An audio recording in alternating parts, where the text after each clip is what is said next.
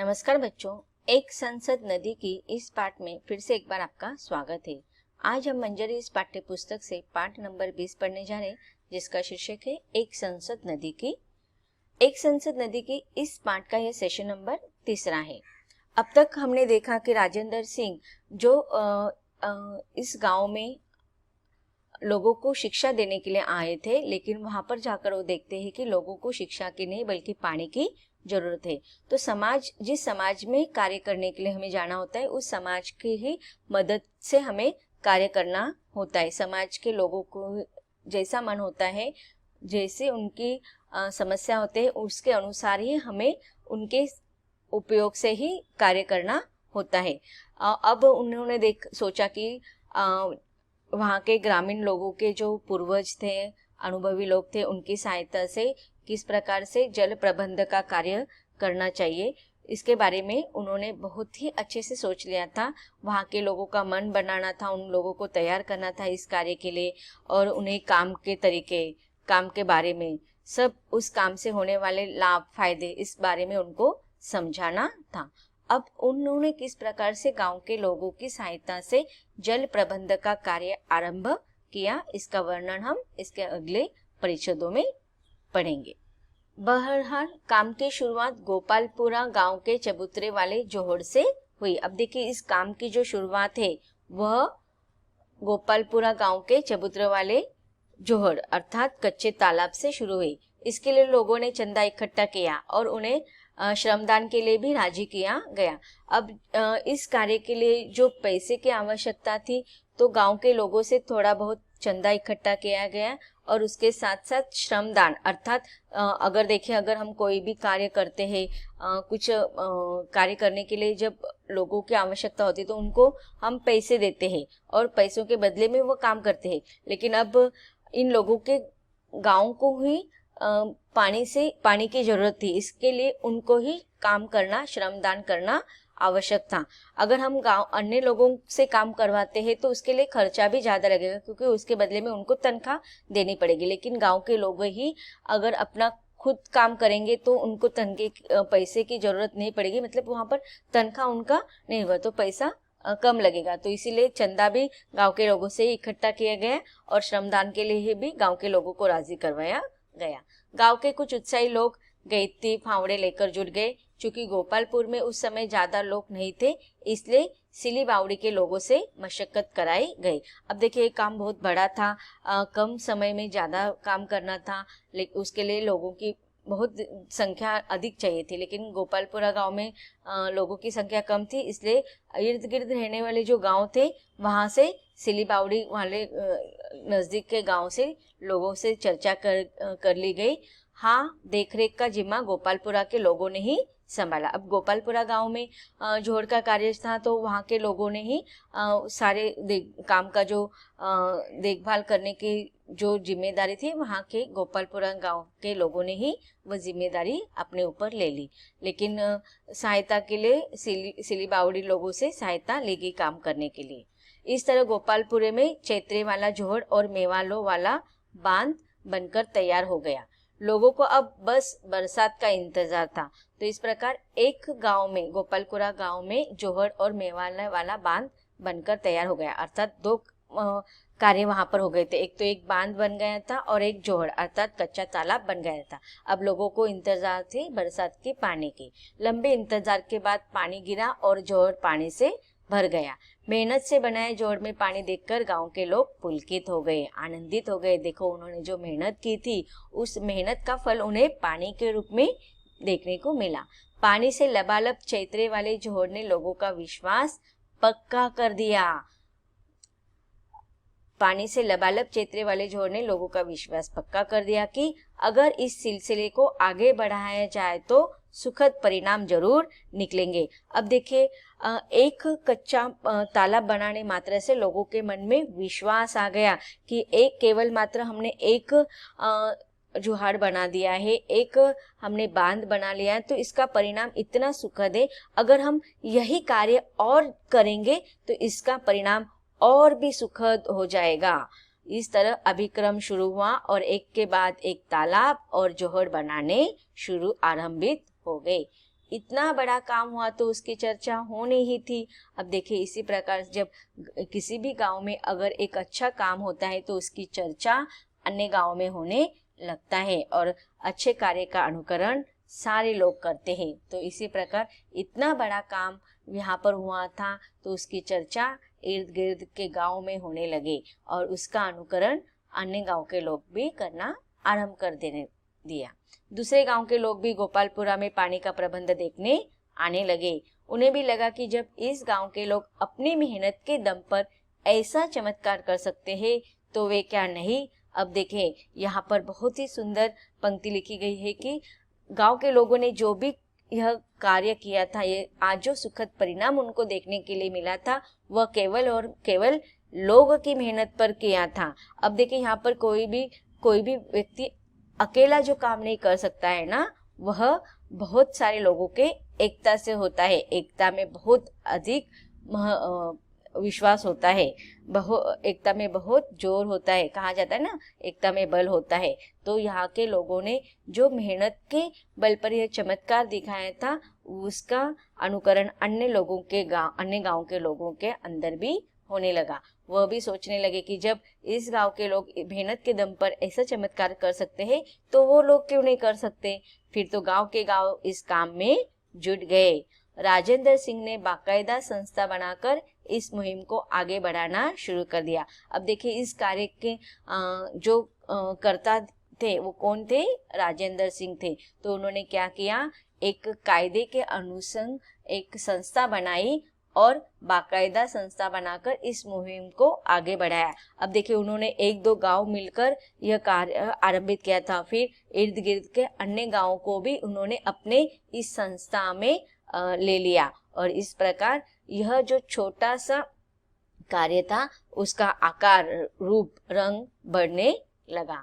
काम का तरीका यह था कि जिस बांध, तालाब या जोड़ बनाने में जो खर्च आएगा उसका 2/3 संस्था वहन करेगी और बाकी स्थानीय लोगों से जमा किया जाएगा। ऐसा इसलिए कि जब लोगों का पैसा लगेगा तो उसका उस काम से स्वाभाविक रूप से जुड़ा होगा। देखो अगर हम कोई भी चीज अपने लिए करते हैं, अपने खर्चे से करते हैं तो उसे हम ज्यादा अपना समझकर करते हैं। अगर हमसे अगर कुछ भी, अब यहाँ पर लेखक यही बताना चाहते हैं कि उस गांव से लोगों से पैसा लेने का जो उन्होंने कार्य किया था उसके पीछे उन्होंने अपनी एक बौद्धिक तर्क लगाया था कि लोगों ने अगर अपना पैसा लगाया है तो उसके लिए वह खुद से मेहनत करेंगे और वो जो मेहनत करेंगे वो मन से करेंगे, क्योंकि उनको पता है कि अपना खुद का पैसा लगा है तो मेहनत भी अपनी है, पैसा भी अपना है, तो उसमें अपनापन आ जाएगा और अपनेपन से जो कार्य होता है वह अगर 4 दिन का काम होता है वो 2 दिन में भी हो सकता है। ऐसा इसलिए कि जब लोगों का पैसा लगेगा तो उस काम में स्वाभाविक रूप से जुड़ा होगा। फिर श्रम भी तो स्थानीय लोगों को ही करना था। इस तरह लोग इस काम में और संस्था से जुड़ते चले गए। संस्था के लोगों ने अपने काम को फैलाने के लिए गांव-गांव पैदल यात्राएं शुरू कर दी। इन यात्राओं का लाभ यह हुआ कि लोग जल के साथ जंगल का भी महत्व समझने लगे। अब देखिए जब कोई भी कार्य विश्वास के साथ, आत्मनिर्भरता के साथ शुरू किया जाता है तो उसका असर पूरे गांव के लोगों को होता है। तो यहाँ पर एक गांव के साथ साथ अन्य गांव भी जुटने लगे और यह संस्था जो एक गांव के लिए, 2 गांव के लिए मर्यादित थी वह अन्य गांव के लिए भी अमर्यादित होने लगी थी। इस गांव में वही के लोगों का योगदान लिया गया जिससे कि लोग और भी आत्मविश्वास के साथ काम करने लगे। काम फैलाने के लिए लोग गांव-गांव जाकर पैदल यात्राएं करते थे, संस्था के लिए चंदा भी इकट्ठा करते थे कार्य के लिए और उसके साथ साथ लोगों को श्रम के लिए भी उनको प्रोत्साहित किया जाता था। और जब एक गांव से दूसरे गांव तक यात्रा करने लगे तो पानी के साथ साथ लोगों को जंगल का महत्व भी समझ में आ गया। करीब 15 साल पहले शुरू हुआ छोटा सा प्रयास एक मुहिम बनकर अलवर सहित राजस्थान के दौसा, जयपुर, टोंक, उदयपुर, करौली और सवाई माधोपुर जिलों में भी फैल चुका था। अब देखिए यह कार्य लगभग 15 साल से आरंभ हुआ था और यह एक छोटा सा कार्य था, लेकिन अब वह एक बड़ी मुहिम बन चुकी थी और वह केवल राजस्थान के किसी एक गांव से नहीं बल्कि अनेक गांव में यह कार्य फैल चुका था। तो कौन से गांव का यहाँ पर नाम दिया गया है कि राजस्थान के दौसा, जयपुर, टोंक, उदयपुर, करौली, सवाई माधोपुर जिले में भी ये फैल गया। इन जिलों के सैकड़ों गांवों में इन दिनों पानी बचाने बढ़ाने का काम चल रहा है। राजस्थान के जिन इलाकों में पारंपरिक तरीके से जल प्रबंधन का काम हुआ है, वहां की तस्वीर पूरी तरह से बदल गई। तो इस प्रकार देखो, पारंपरिक तरीके से जल सुरक्षित रखने का, जल प्रबंधन का कार्य शुरू हो गया, जैसे कि बांध बांधना, कुएं को साफ करना, या फिर कच्चा तालाब बनाना। इस प्रकार से पारंपरिक तरीके से ही जल प्रबंधन आरंभ कर दिया गया। भूजल स्तर उठने से कुएं जी उठे, डार्क जोन व्हाइट जोन में तब्दील हो गए। अब देखिए, डार्क जोन का अर्थ क्या होता है कि जहाँ पर जल का स्तर बहुत ही नीचा होता है, पानी का अभाव वाले क्षेत्रों को डार्क जोन कहा जाता है। और व्हाइट जोन किसे कहा जाता है कि जहाँ पर पानी का स्तर ऊपर होता है, ऊंचा होता है। तो इस प्रकार से डार्क जोन अब क्या हो गया था, व्हाइट जोन में बदल गया था। हरियाली वापस आ गई, धरती की उर्वरा शक्ति भी लौट आई है, फसल चक्र भी बदल गया है। अरावली की नंगी पहाड़ियों पर फिर से पेड़ पौधे उगने लगे। तो देखिए, जिस प्रकार से पानी की समस्या कम हो गई, तो इसे क्या हो गए थे, जो डार्क जोन डिक्लेयर कर गए थे अब वो व्हाइट जोन हो गए थे। सर्वत्र हरियाली छा गई थी, खेतों में फसलें आने लग गए थे, और जो धरती की जो उर्वरा शक्ति थी वो लौट गई थी। अर्थात धरती की उर्वरा शक्ति अर्थात फसल उगाने के लिए जो धरती की जो क्षमता होती है, वो पानी के वजह से उसकी फसल उगाने की क्षमता और भी अच्छी होने लगी, और फसल चक्र भी बदल गया। पहले फसल चक्र, अब देखिए फसल चक्र 3 माने जाते, कहीं पर 2 चक्र होते, कहीं पर 1 चक्र होता है। अब एक चक्र कहाँ पर होता है, जहाँ पर सिर्फ बरसात के पानी पर ही फसल होते हैं, वहां पर 1 चक्र होते हैं। लेकिन जहाँ पर बरसात के पानी के अतिरिक्त जहाँ पर बहुत सारा पानी होता है, तो वहां पर एक ही खेती में साल में 2 बार फसल उगाया जाता है, तो उसे फसल चक्र कहा जाता है। अब इन क्षेत्रों में क्या हुआ करता था, केवल एक साल में 1 बार ही फसल उगाया जाता था, फसल किए जाते थे खेतों में। लेकिन अब पानी की आवश्यकता पूरी हो जाने के कारण वहां पर फसल चक्र अर्थात साल में 2 या 3 बार भी फसल की क्रिया होने लगी थी खेतों में, इसीलिए यहाँ पर कहा गया कि फसल चक्र भी बदल गया। अरावली की नंगी पहाड़ियों पर फिर से पेड़ पौधे उगने लगे। अब देखिए, अरावली जब वहाँ पर सूखा रहता था, पानी बिल्कुल मात्र नहीं रहता था, तो वहाँ पर कहीं पर भी हरियाली नहीं दिखाई देती थी, इसीलिए अरावली की नंगी पहाड़ी कहा गई है। अब अरावली की नंगी पहाड़ियों पर पेड़ पौधे हो गए और सर्वत्र हरियाली फैलने लगे। वतन छोड़कर रोजी रोटी की तलाश में पलायन कर गए गांव के लोग वापस आने लगे। अब देखिए, आप लोगों को पता होगा कि जहाँ पर जीवन आवश्यक चीजें नहीं होती है, वहां पर लोग अधिकतर नहीं रहते हैं, वह स्थलांतर कर देते हैं। लोग स्थलांतर क्यों करते हैं कि अपने जीवन आवश्यकताओं को पूरे करने के लिए। अब यहाँ पर लोगों को पता था कि पानी की समस्या इतनी ज्यादा थी कि पीने के पानी की बहुत ही कठिन समस्याएं थी, तो अन्य खेतों के लिए या अन्य चीजों के लिए पानी नहीं होता था। तो इसलिए लोग क्या करते थे, स्थलांतर करते थे, अपने वतन को, अपने गांव को छोड़कर रोजी रोटी की तलाश में दूसरे जगह पर भाग जाते थे, अर्थात पलायन करना, अर्थात स्थलांतर करना। अब वो लोग भी जब से पानी की समस्या कम हो गई थी, तो जो लोग स्थलांतर करके गांव छोड़ चुके थे अब वापस आ गए, अपने खेतों में भरपूर फसल पैदा कर रहे हैं। पलायन पर विराम लग चुका है, अब कोई भी स्थलांतर नहीं कर रहा है, क्योंकि उनको पता है कि अब हमारे यहाँ पर खेतों में पानी आ गया है, गांव में पानी आ गया है, तो हमें अन्य जगह पर रोजी रोटी की तलाश में जाने की जरूरत नहीं है। जो काम हम अन्य जगह पर स्थलांतर करके करते थे, आज हम हमारे ही गाँव में खूब अपने खेतों में जी लगाकर मेहनत करके कर सकते हैं। धूप और लू की गर्म लहरें झेलकर पानी के लिए रोज कोसों की यात्रा करने वाली महिलाओं के तो दिन ही फिर गए हैं। अब वे घर का काम निपटकर घर परिवार की सोचने लगी है और बच्चों जो पहले कुछ भी नहीं करते थे पाठशाला जाने लगे। अब देखिए वहाँ के लोगों की सामाजिक स्थिति कैसी थी कि स्त्रियों को दूर दूर तक पानी लाने के लिए जाना पड़ता था। इसके लिए उनका पूरा दिन उस पानी की समस्या में लगा रहता था। लेकिन अब घर में पानी आ जाने से, नलों में पानी आ जाने की वजह से उनके पास बहुत सारा समय रहते हैं, तो वो उस समय का उपयोग अपने परिवार के लिए, अपने बच्चों के लिए देने लगे। और जो बच्चों को भी पानी के तलाश में यहाँ वहाँ घूमना पड़ता था। अब बच्चे भी क्या कर रहे हैं, अपना समय बच जाता है, पाठशाला जाने लगे हैं, शिक्षा ग्रहण करने लगे हैं। बहरहाल जल संरक्षण का यह अद्भुत काम नीति निर्धारकों के लिए सबक है और समाज के लिए सीख है। आज जबकि हर जगह पानी की किल्लत है, ऐसे में इस तरह का काम निश्चय ही प्रेरक और अनुकरणीय है। बहुत ही महत्वपूर्ण बात कही गई है कि यह जो कार्य किया गया है, इन गांवों के लोगों ने राजेंद्र सिंह के साथ मिलकर यह कार्य अनुचित जल संधारण के रूप में प्रेरक और निश्चित रूप में अनुकरणीय है। राजेंद्र सिंह भी मानते हैं कि पानी बचाने का यह काम इस बात का स्पष्ट प्रमाण है कि आज भी हमारे परंपराएं प्रासंगिक है। आज हम देखें आधुनिकीकरण के युग में बहुत सारे पुराने पारंपरिक पद्धतियों को भूलकर हम आगे बढ़ने की कोशिश करें, लेकिन खुद राजेंद्र सिंह यह मानते हैं कि नहीं, पानी बचाने का यह जो काम हमने किया है यह स्पष्ट प्रमाण है कि हमें पुराने पारंपरिक पद्धतियों को अपनाना चाहिए और हमारा और हमारे समाज का विकास करना चाहिए। उनमें समाज को समृद्ध करने के पर्याप्त बिंदु मौजूद है। जल संरक्षण के व्यापक काम की बदौलत राजेंद्र सिंह को मिले मैगसेसे सम्मान ने भी हमारी परंपराओं को प्रासंगिकता को ही पुष्ट किया है।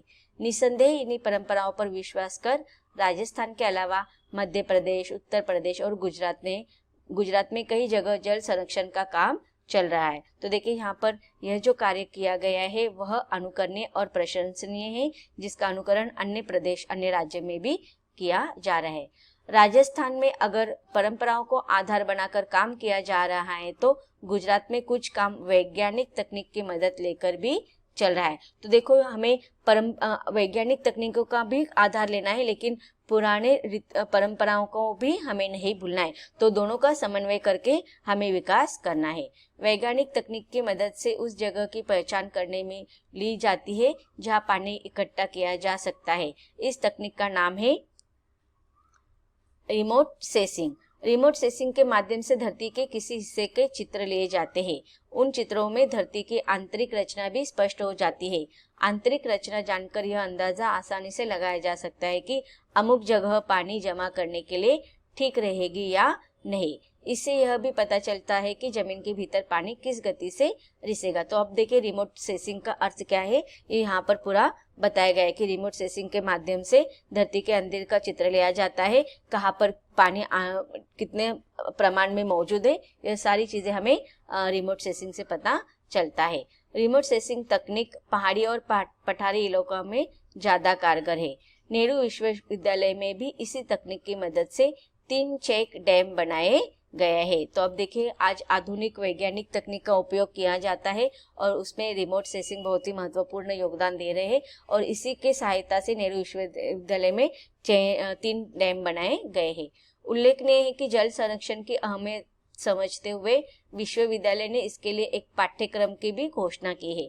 लेकिन विडंबना यह है कि जल संकट जिस तेजी के साथ गहरा रहा है उस तेजी के साथ काम नहीं हो पा रहा है। अब देखिए यह समस्या दिन ब दिन ज्वलंत होने लगी है समाज में, हमारे देश में। लेकिन यह समस्या जितने जल्दी से तेजी से बढ़ रही है उसके लिए जो काम है वो उतने ही धीमे हो रहे हैं।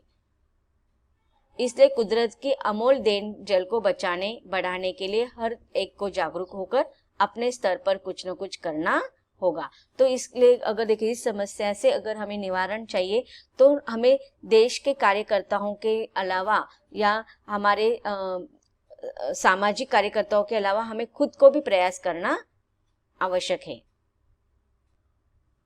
तो बच्चों इस पाठ के माध्यम से हमने देखा कि पानी की कमी को दूर करने के लिए जल प्रबंध द्वारा जल संरक्षण किस प्रकार से किया जाता है। उसे हमें खुद से पानी की समस्या के बारे में सोचना है और हमें नए तरीके से सोचकर उस पर हमें खुद को कार्य करना चाहिए। यह पाठ यहीं पर खत्म होता है। धन्यवाद।